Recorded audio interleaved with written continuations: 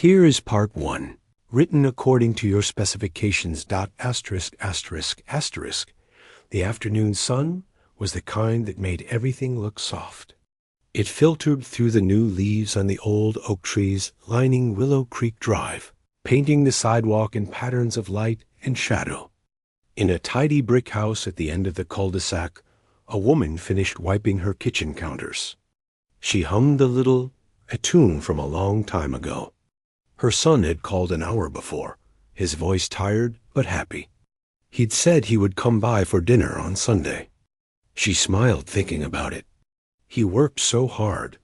She picked up her purse and her library books, locked her front door, and got into her sedan. The car was 10 years old but clean, the kind of car that showed someone took care of things. She had a few errands to run before the weekend. The grocery store for some fresh herbs, the pharmacy for a prescription, and then the library to return these books and maybe find a new one. It was a quiet, ordinary Friday. A Good Friday. At the same time, Officer Frank Kelso was finishing his 3rd cup of bad station coffee. He was a big man, built like a wall, with a face that seemed permanently set in a frown. He'd been on the force for 27 years, and in his mind, he'd seen it all. The neighborhood he was patrolling today, the Glen, was one of the nice ones. Big homes, green lawns, quiet streets. It wasn't his usual beat, and that put him in a sour mood. He liked the predictability of the tougher parts of town, where people looked the way he expected them to look. He cruised slowly, his eyes automatically scanning license plates. It was a habit, almost a game. The computer terminal beside him beeped softly with each check. Most came back clean, of course. These were upstanding citizens. Then he saw a sedan, a sensible car, but one that was a few years older than most in his zip code. The driver was a woman, her silver hair visible through the window. Something about it didn't sit right with him. A feeling, a gut instinct he'd learned to trust. He ran the plate. The computer chirped. The registration was valid, the car insured. But there was a tiny flag. A minor administrative thing. The notice for the annual emissions test had been sent out, and the system showed it hadn't been completed yet. It wasn't an arrestable offense. It wasn't even a ticket-worthy offense in many cases, just a reminder. But to Kelso, it was a thread, and he liked to pull threads. He flicked on his lights. The red and blue splashed color onto the tree-lined street. In front of him, the sedan's brake lights glowed, and the driver smoothly guided the car to the curb, coming to a perfect stop near a fire hydrant, well out of the flow of traffic. She did everything right. Kelso heaved himself out of his cruiser, adjusting his belt. He walked slowly to the driver's side, his boots heavy on the asphalt. The woman had already rolled down her window. She looked up at him, her eyes kind and a little confused. "Afternoon, officer," she said, her voice polite. "Is everything all right?" Kelso didn't smile. He rested one arm on the roof of her car, leaning down. "License and registration, Mom." "Of course," she said. She moved slowly, deliberately, opening her purse on the passenger seat. She handed him a leather wallet, open to her driver's license, and a paper registration from the glove compartment. Kelso took them, his eyes darting from the photo to her face. "You know why I stopped you?" "I'm afraid I don't," she said. "I was watching the speed limit." "It's not about speed," he said, a note of satisfaction in his voice. He tapped the registration. "Your emissions certificate is pending. This vehicle shouldn't be on the road." The woman's brow furrowed gently. "Oh, I'm sorry. The notice came in the mail, but my appointment is for next Tuesday. I didn't realize it was a problem to drive before then." "The system says it's a problem," Kelso stated, his voice flat. He looked past her, into her car. The clean interior, the library books on the seat. He looked back at her neat clothes, her composed face. "You live around here?" She paused for a second. I'm just running errands, officer. That's not what I asked, Kelso said, his voice hardening a fraction. Do you live on this street? In this neighborhood? The woman met his gaze. She could feel the shift in the air, the unnecessary hostility. She kept her tone even, respectful. I don't see what that has to do with my car's registration, sir. My license and address are right there. I'm just out to get some groceries and go to the library. Kelso's jaw tightened. He didn't like her tone. It wasn't scared. It wasn't deferential. It was calm. To him, it felt like defiance. People like her, in neighborhoods like this, always had an attitude. They thought the rules didn't apply. Step out of the car for me. Ma'am, he said, stepping back from the window. Her eyes widened slightly. Step out? Officer, is that really necessary? I've given you my documents. The appointment is on Tuesday. I can show you the paper if you'd like. I'm not going to ask you again, Kelso said, his voice dropping lower, a warning rumble. Step out of the vehicle, now. A flush of anxiety, hot and sudden, spread through the woman's chest. This was wrong. This was all wrong. She thought of her son, the federal prosecutor. He'd told her, if you ever feel unsafe, if an officer is acting outside the law, you have the right to remain silent, and you have the right to call an attorney. You don't have to answer bad faith questions. She took a slow breath. Her hands were on the steering wheel, 10 and 2. She did not open the door. Officer, she said, her voice still quiet but firm. I am not getting out of my car for an emissions notice. If you are giving me a citation, I will accept it. But I do not consent to any search, and I would like to call my lawyer now, please. For a moment, Kelso was stunned into silence. Lawyer. The word hung in the air between them. In his mind, it confirmed everything. Only guilty people, people with something to hide, asked for lawyers. Only people who didn't respect his authority. His face darkened. So that's how it is, he muttered, more to himself than to her. Then, louder, I said, get out of the car. You are being non-compliant. The woman, her heart hammering against her ribs, saw his hand drift towards the grip of his gun. Panic, cold and sharp, sliced through her. She needed a witness. She needed someone to hear this. Her phone was in her purse, on the passenger seat. If she could just get to it, call her son, he would know what to do. He handled things like this. He fought people like this. Moving carefully, she turned her body slightly to the right, her left hand leaving the wheel to reach towards her purse dot. It was a small movement. A natural, human movement born of fear and a desperate need for connection. Kelso saw the movement out of the corner of his eye. He saw her turn away. He saw her hand move toward the bag on the seat. His training, twisted by years of bitterness and a deep-seated prejudice that saw threat where there was none, screamed in his head. Asterisk, she's going for something. She's ignoring my commands. Asterisk, drop IT. He roared, the shout terrifying and sudden in the quiet street, but she wasn't holding anything. She was just reaching. The sound of his yell made her flinch, her body turning back towards him, her empty hands coming up slightly, a universal gesture of asterisk, wait. Stop asterisk. It was too late. The fear and the fury in Kelso's heart merged into one explosive impulse. In a motion he had practiced 10,000 times on the range. He cleared his holster, raised his service pistol, and without a second's hesitation, without a further command, he fired. The sound was not like in the movies.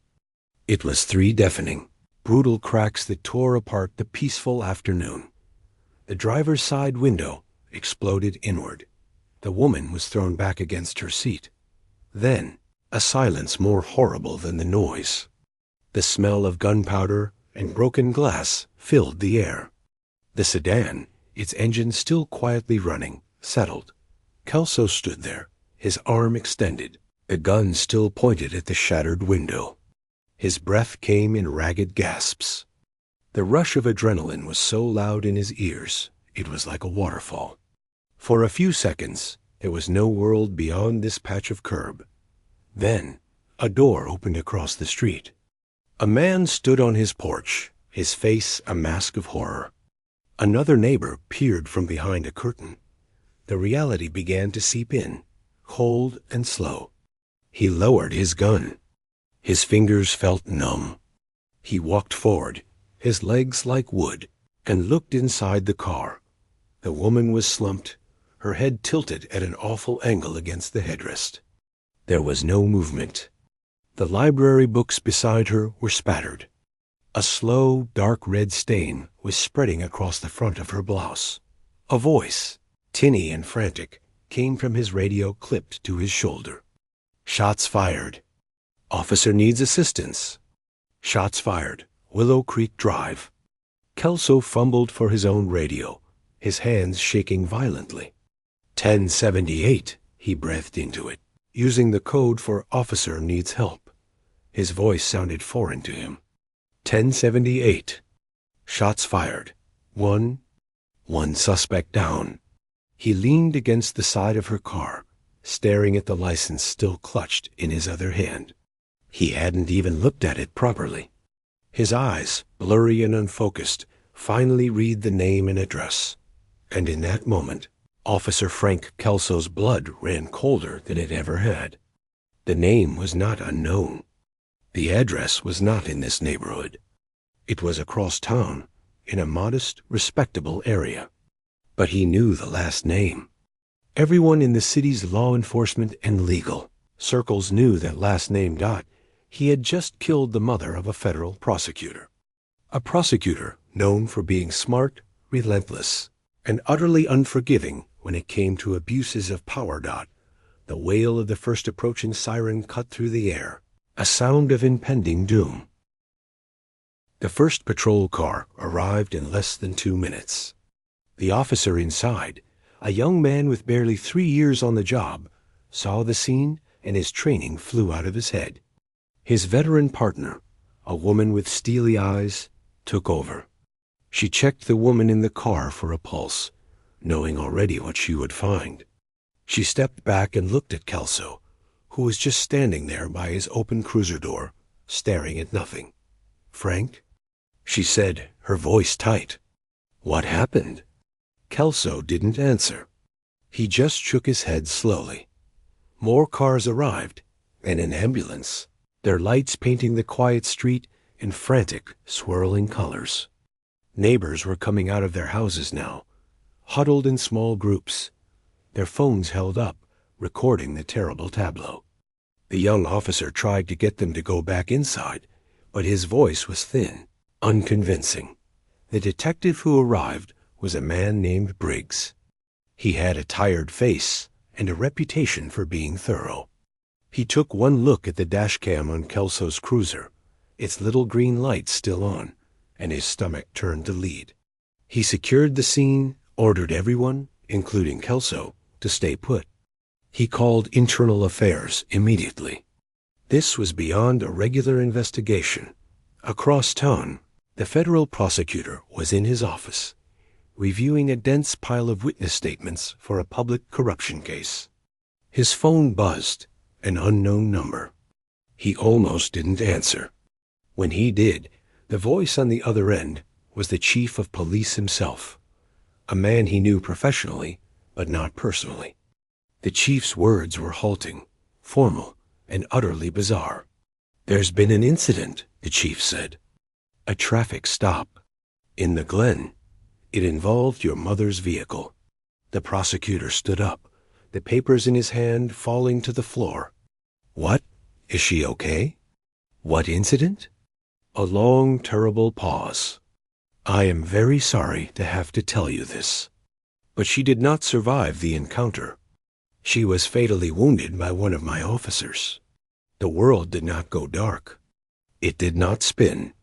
Instead, it became horrifically, impossibly sharp." The grain of the wood on his desk, the hum of the air conditioner, the faint smell of old coffee. Every detail was a knife. He heard himself making a sound, a choked gasp that held no air. He dropped the phone.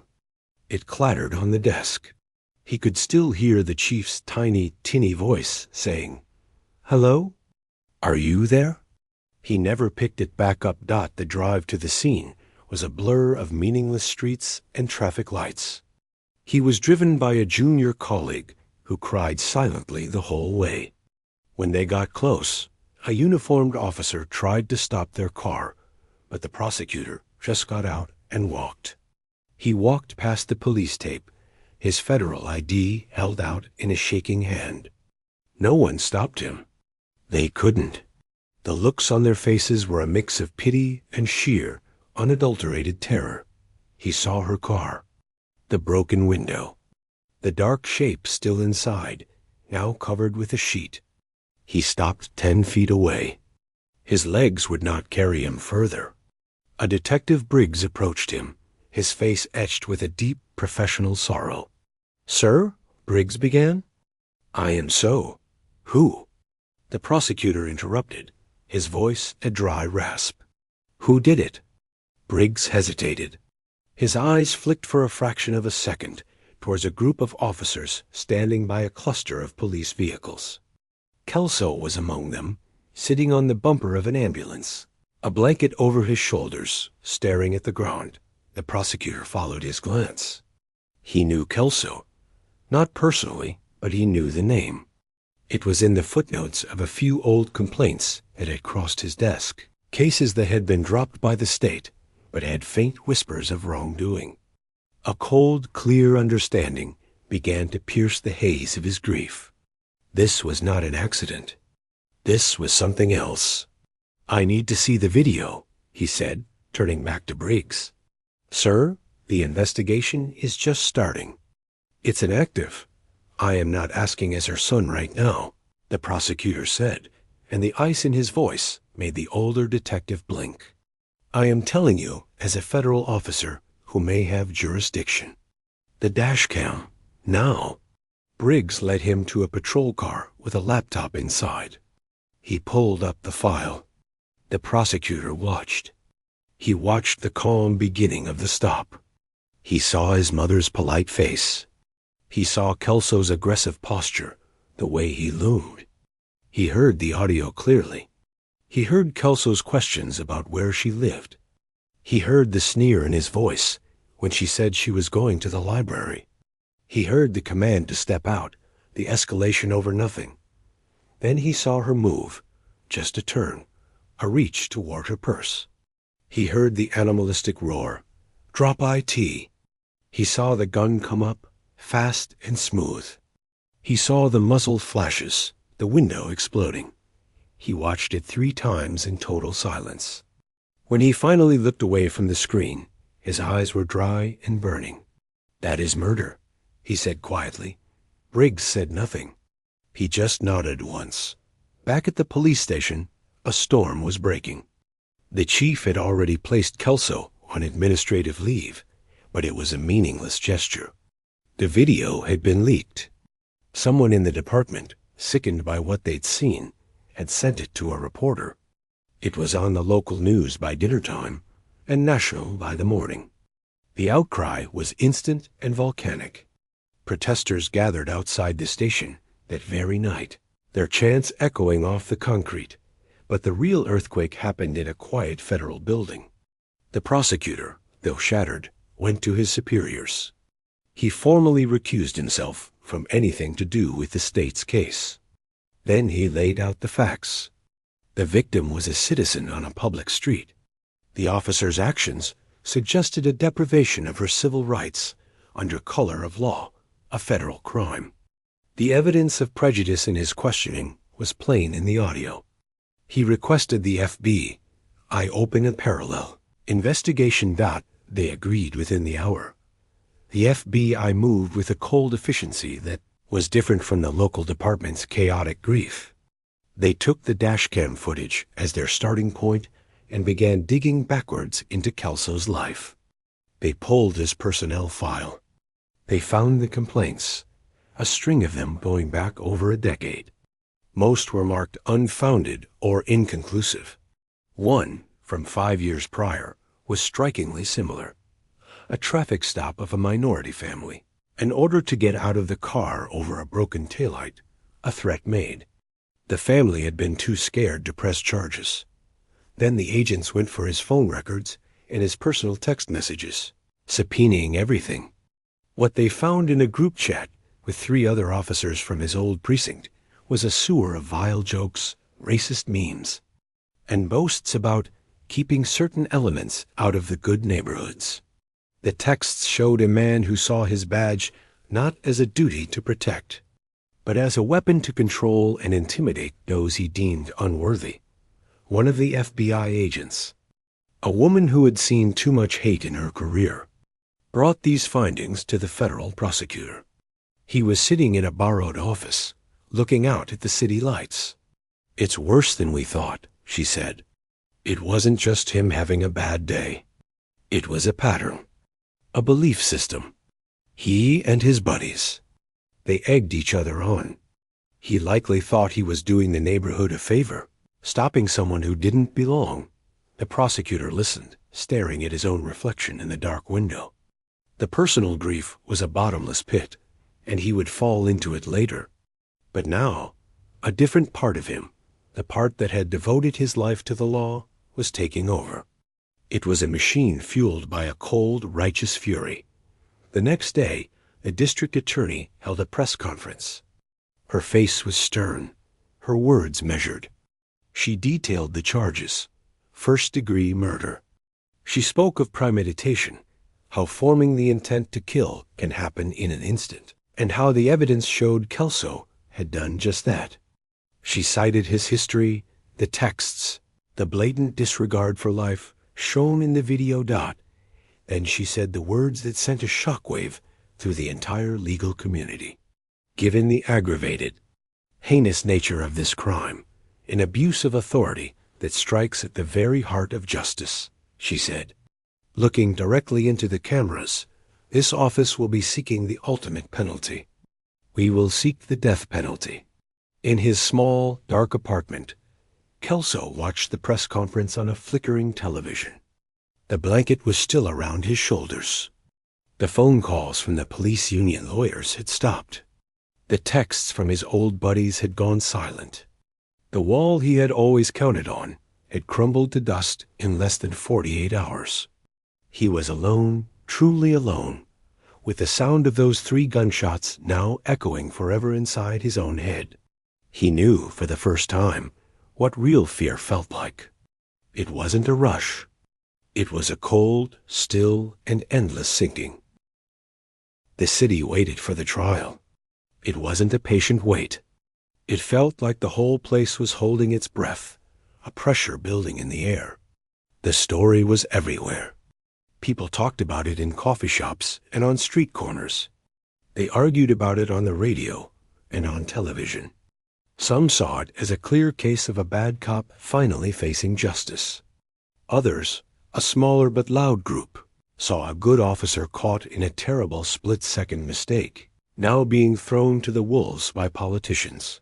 The courthouse on the first day of the trial looked like a fortress. Police barricades held back crowds. News vans with tall satellite dishes lined the street. The air buzzed with the sound of reporters talking into cameras. Inside, the room was quiet, but it was a heavy, thick quiet. The jury, chosen after a long and difficult process, filed in. They were ordinary people teachers, a mechanic, a retired nurse. They looked nervous. They knew the weight of what they had to decide. Officer Kelso sat at the defense table with his lawyers. He wore a plain dark suit. He looked older, thinner. The bluster was gone. He kept his eyes down, studying the grain of the wooden table. He rarely looked at the jury. The prosecutor's chair at the other table was empty. But in the front row of the public gallery, he sat. He wore a simple, dark suit as well. His face was still, a mask of calm over a deep ocean of pain. He was there every single day. He did not look at Kelso. He watched the witnesses. He listened to the evidence. He was a silent witness for his mother. The trial began with the state laying out its case. The lead prosecutor was a woman known for being direct and fierce. She stood before the jury and promised she would show them a story not of a mistake, but of a choice. This case, she said, her voice clear in the silent room, is about what happens when prejudice wears a badge, when the power to protect becomes the permission to destroy. She started with the dry facts. They brought in the mechanic who had inspected the woman's car. He testified the emission system was fine. The appointment was just a paperwork formality. The librarian from that day took the stand, confirming the victim had books due that Friday, that she was a friendly face. Then, they played the dashcam video. They played it on a big screen for the whole court to see. There was no sound at first, just the silent images of the tree-lined street, the calm stop. Then the audio came on. The jury heard Kelso's voice, hard and suspicious. They heard the victim's polite, confused answers. They heard the question, "Do you live around here?" They heard the escalation over nothing. The woman on the jury, the retired nurse, put a hand to her mouth. They watched the woman in the car turn, her hand moving slowly toward her purse. They heard Kelso's roar, "Drop IT!" They saw his arm come up, fast and smooth, not a frantic fumble, but a practiced draw. They saw the 3 flashes from the gun dot in the gallery. The federal prosecutor closed his eyes. He had seen it 100 times, but it never got easier. He felt the man next to him, a neighbor from his mother's street, put a steadying hand on his shoulder for a second. When the screen went dark, the silence in the courtroom was absolute. You could hear the hum of the lights. The defense attorney stood up. He was a well-known lawyer, expensive. He talked about stress, about the high-danger job of a police officer. He said his client had made a tragic, split-second decision based on a perceived threat. He talked about how a purse could hold a weapon, how officers are trained to react to sudden movements. Fear, the defense attorney said, is not murder. But then the state began to bring in the past. They called people from Kelso's history. A soft-spoken man, now a teacher, described being stopped by Kelso years ago for driving a nice car while looking young. He described the same sneer, the same intimidating questions about where he was going. Another woman, a grandmother, described Kelso yelling at her during a parking dispute, using cruel, ugly words. The defense objected. They said this was old news, not relevant. But the judge let it in, saying it could show a pattern of behavior, a state of mind. The most damning part came next. The state called an expert, a former police trainer. They played the dashcam again, this time in slow motion. The expert pointed at the screen. "Look at his posture," the expert said. After he gives the order to step out, and she refuses, his weight shifts. He is not in a defensive stance. He is leaning forward, aggressive. When her hand moves, his hand goes to his gun. But watch. She is turning away from him. Her hand is empty. He has a clear line of sight. There is no weapon. There is no sudden lunge. The expert paused, letting the jury look. This was not a reaction to a threat. This was the culmination of an anger he'd been building from the moment he saw her. He had decided she was disobeying him, disrespecting him. And in that moment, he decided to punish her. The defense fought back hard. They put other officers on the stand who talked about the scary, unpredictable nature of traffic stops. They tried to paint Kelso as a dedicated cop who had saved lives, who had medals for bravery. They said the texts and the past complaints were just locker room talk, taken out of context. But then the state played the interrogation tape. After his arrest, Kelso had been questioned by detectives. He had his union lawyer with him. On the tape, Kelso seemed annoyed, not remorseful. The detective asked him, "Why did you shoot? What did you see?" Kelso shrugged on the video. "She didn't listen. I told her to get out. She went for something. I did what I had to do." The detective pressed. She was a 68-year-old retired teacher. Her library books were in the seat. "What did you think she was going for?" Kelso's face on the screen hardened. A flicker of the old arrogance returned. He looked at his lawyer, then back at the detective. He leaned into the microphone, his voice a low grumble. She should have just listened. In the courtroom, when he said those words on the tape, a few people in the gallery gasped. The jury looked at Kelso, sitting at the table now. He had shrunk down in his chair. The words, his own words, hung in the air. They didn't sound like the words of a scared man who made a mistake. They sounded like the words of an angry man who believed his command was more important than a life. The trial went on for days. The defense gave its closing arguments, begging the jury to see the fear, the impossible pressure. The state gave its closing, pointing at the screen, at the video, at the words, "She should have just listened." The judge gave the jury their instructions. The 12 men and women stood and filed out to begin their deliberations. The waiting began. The federal prosecutor did not pace. He sat on a hard bench in the hallway outside the courtroom. He thought not of the law, not of justice, but of his mother's hands. How they looked holding a book. How they felt fixing his collar when he was a boy. In the jury room, the debate was heated.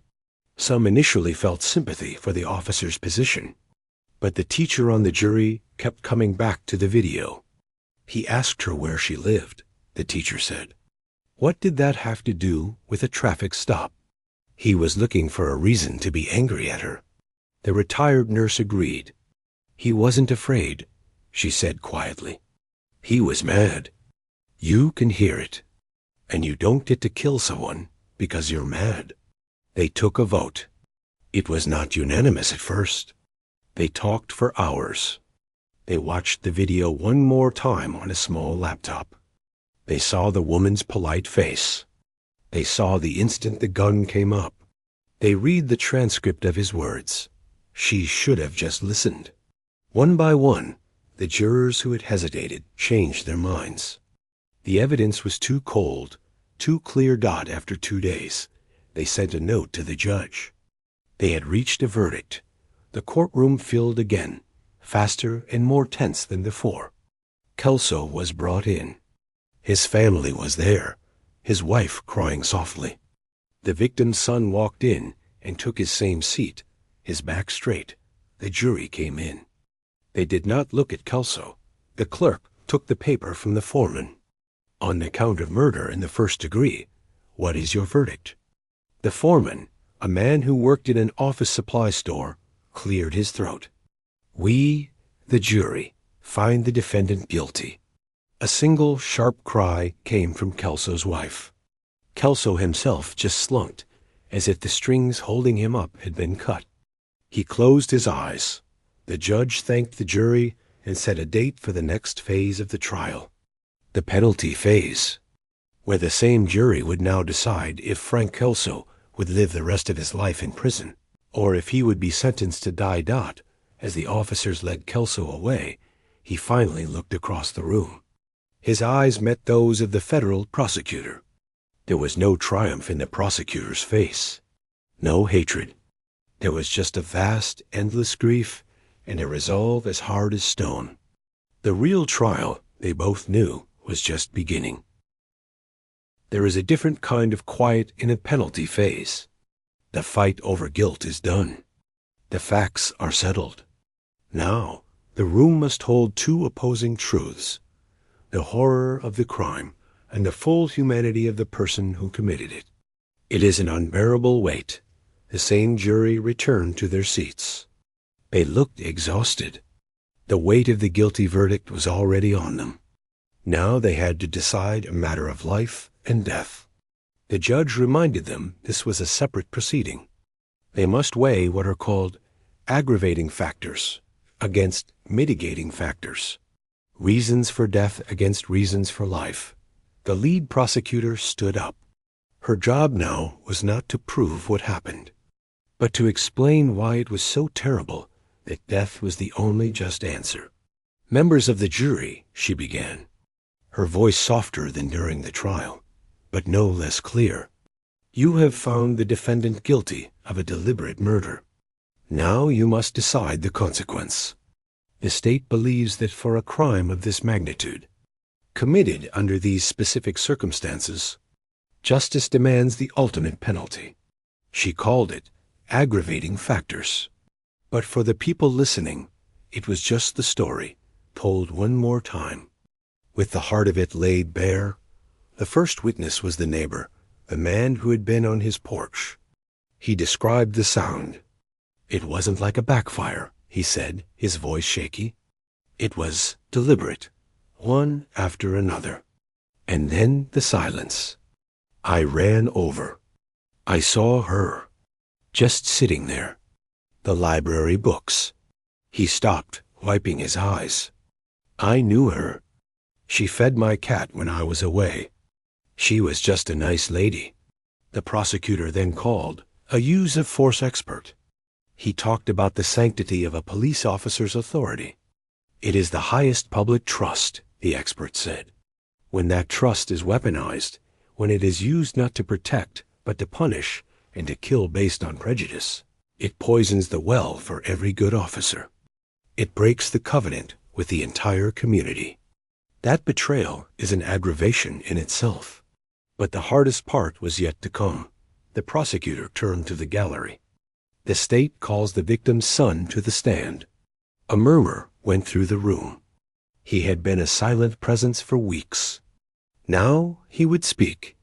He stood slowly, walked to the witness stand, and was sworn in. He did not look at Kelso, who stared at his own hands. The prosecutor's voice was gentle. Can you tell the jury about your mother? He took a slow breath. For a moment, he wasn't a federal prosecutor. He was just a son. She made the world feel safe, he began, his voice thick. She was the person you called with good news first. She remembered everyone's birthday. She grew tomatoes in her little garden, and she'd give them to the mailman, the neighbors. He paused, gathering himself. She believed in people. She believed in fairness. She taught me that. It's why I do what I do. He talked about the last time he saw her, just a few days before. They had coffee. She was worried he was working too hard. She told him to get more sleep. Can you describe the impact her loss has had on you and your family? The prosecutor asked. He was silent for a long time. The courtroom waited. It's like a permanent cold, he said finally, his voice a whisper that the microphone picked up. A cold that sits in your bones. Holidays are empty. Her phone number is still in my phone. I can't delete it. Sometimes I forget she's gone for a second. I'll see a book she'd like, or I'll have a problem at work and think. I'll ask Mom what she thinks, and then I remember. And it's like hearing the news for the first time, all over again. He looked at the jury then, his eyes shining. She wasn't just killed. She was taken, stolen from us. And the reason she's gone is because she was judged unworthy of basic respect in a split second by a man who was supposed to serve her. When he stepped down, the silence in the room was a living thing, heavy with shared sorrow. Then it was the defense's turn. Their job was to paint a picture of Frank Kelso as a whole man, a flawed human being, not just the monster of that one afternoon. To give the jury a reason to choose mercy, they started with his wife. She looked small and frightened on the stand. She described a young man who joined the police force wanting to help. She talked about the good years, the times he helped kids in the neighborhood, the Christmas he spent his own money buying groceries for a struggling family. She described a man who changed slowly over the years. The job got to him, she whispered. The things he saw, he stopped talking about it. He became angry at home. He wasn't always like that. He used to laugh. She looked at her husband, her face crumbling. He's not just this one thing. Please, he's my husband. They called a psychologist. He talked about trauma, about how constant exposure to danger and negativity can warp a person's mind. He used words like hypervigilance and diminished capacity. He suggested that the prejudice wasn't just hate, but a twisted, sick form of fear built up over decades on the street out then. They called Kelso's older brother, a solid working man with calloused hands. He talked about their childhood, an abusive, alcoholic father, a home filled with violence and fear. Frank was always trying to protect our mom, the brother said, his voice rough with emotion. He was the little man of the house from age 10. He wanted to be the strong one, the one in charge, because he never felt safe when he was small. I think that's why he became a cop, to finally be the one with control, to feel safe. It was a powerful testimony. For the first time, Kelso was not just a uniform or a defendant. He was a scared little boy. You could see some of the jurors softening, thinking. Finally, the defense called Kelso himself.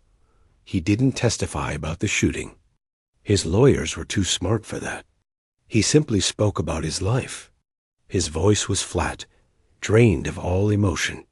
He confirmed his brother's stories. He talked about wanting to make a difference. He apologized, not for the murder, but for the pain everyone was feeling. I never meant for any of this to happen, he said, looking at the jury. It sounded hollow. On cross-examination, the prosecutor approached. She didn't yell. She just asked simple questions. Officer Kelso, you described a difficult childhood. Did anyone in that childhood ever shoot and kill an innocent person? No, he mumbled. You described the stress of the job. Did that stress force you to send racist text messages with your friends for years? He was silent. You say you wanted to make a difference. When you saw a retired teacher reaching for her library card, what difference did you intend to make in that moment? Kelso's head dropped. He had no answer. The closing arguments were a stark contrast. The defense lawyer begged for life. Mercy is not a reward for good behavior, he pleaded. It is a gift a civilized society gives, even to those who don't deserve it. Life in prison without parole is a terrible punishment. It is a slow, living death. Let him wake up every day for 50 years in a cage, remembering what he did. That is justice. The prosecutor stood for her final words. She walked over and pointed quietly at the empty chair where the victim's son usually sat. Mercy, she said softly. Mercy was for that moment on the street. Mercy was when a confused, scared woman asked to call a lawyer. Mercy was a deep breath, a step back, a moment of reflection. Mercy was available to him, and he chose fury instead. He chose to be judge, jury, and executioner in 5 seconds. She turned to the jury. This man was given the highest trust our society can give. A gun, a badge, and the authority to use them. He weaponized that trust against the most vulnerable kind of person, a person who posed no threat. He did it because of prejudice in his heart. If that is not the definition of the worst, then what is? If that does not deserve the ultimate penalty, then what does? She let her words hang. You can give him the gift of time, years to look at the walls, or you can give him the sentence he gave an innocent woman, a sentence she never saw coming and never deserved, the sentence of death. The judge sent the jury away to decide. This deliberation was longer, quieter, and more grim than the first. They were not arguing about facts now. They were arguing about the soul of justice itself. Was death the only equal answer to such a betrayal? Or was locking a man away forever a more powerful, more moral punishment? They asked for the video to be played again. They watched the final moments. They saw the rage on his face, not fear. They thought of the son's testimony, the permanent cold. They thought of the wife, and the abused little boy. It took them 3 days. When they returned to the courtroom, everyone looked older. The foreman handed the verdict form to the clerk. The clerk's voice, usually so routine, trembled just a little as she read. We, the jury, having found the defendant guilty of murder in the first degree, and having considered the aggravating and mitigating circumstances, do hereby recommend that the defendant be sentenced to death. There was no cry this time from Kelso's wife. She just went perfectly still, as if turned to ice. Kelso closed his eyes. A single tear tracked through the stubble on his cheek. He understood now, finally, the finality he had delivered to another. It was a cold, silent understanding. The judge would formally impose the sentence later, but the jury's work was done. As they filed out, none of them could look at anyone in the room. They had spoken for the state. They had chosen death. In the hallway, the federal prosecutor stood alone by a window, looking out at the city. He felt no victory, only a vast, hollow exhaustion. A door had closed, a terrible, dark door, but it didn't bring back the warmth. It just meant the long, cold shadow of Tay. The formal sentencing was a short, grim affair in a nearly empty courtroom. The judge confirmed the jury's recommendation. He spoke of the law, the gravity, the finality. The words death by lethal injection hung in the air, cold and clinical. Then it was over. Officer Frank Kelso was no longer a defendant. He was a condemned man, inmate number D14722. The world moved on. In a way, the news cycles found new stories. The protests outside the courthouse disbanded. The city tried to heal, or at least forget. But for the people at the center of it all, time had fractured into a before and an after, and the after was a long, slow march. Kelso was transferred to a different kind of facility. Death row was not like the county jail. It was a world of profound silence and unbearable noise.